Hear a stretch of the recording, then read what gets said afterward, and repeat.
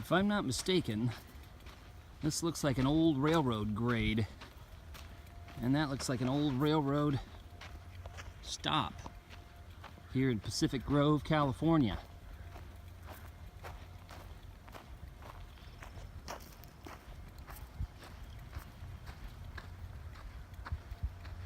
Yep, it sure is what it is. Southern Pacific Railroad. Lover's Point to the sand plant at Lake Magella. Spanish Bay Resort in 1889. 1977, the abandoned tracks were converted into this recreation trail. And there it is. Awesome. What's not to love? Change on the landscape. That's geography.